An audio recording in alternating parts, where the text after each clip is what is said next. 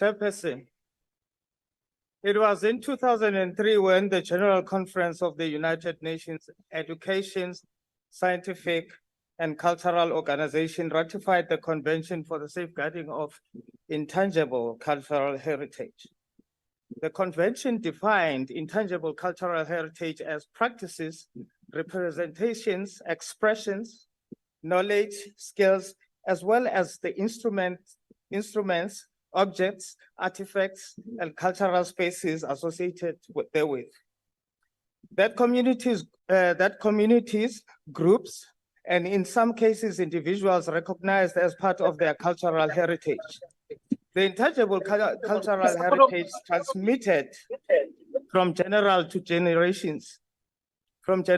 to generation, is constantly created by communities and groups in response to their environment, their interaction with nature, and their history, and provides them with a sense of identity and continuity, thus promoting respect for cultural diversity and humanity.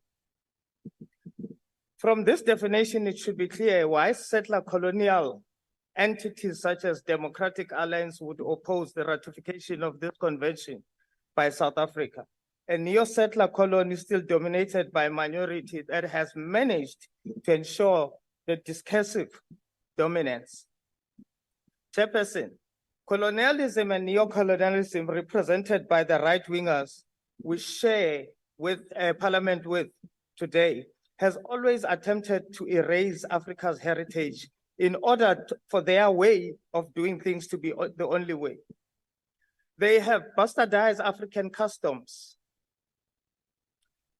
desecrated on our names, mocked our language, annexed our land, and forced us into wage labor so that each and every aspect of African life would be dependent on them. The struggle for national liberation was not merely for a native elite to sit on the table of the oppressor and proclaim freedom. The struggle was for reclamation of our African personality in its entirety, for the destruction of all the sick and inhumane tendencies brought by the settler communities. It was in essence a struggle for the reclamation of African culture and heritage, about the recentering of African lived experiences.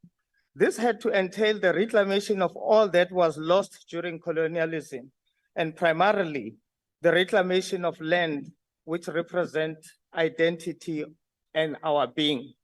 It is for this reason we still say expropriation of land without compensation. Malibuye Israelite. That is the essence of our intangible cultural heritage and its true form. It would remain offensive to the settler minority still in charge of this country. We are in support of the report. Malibuye.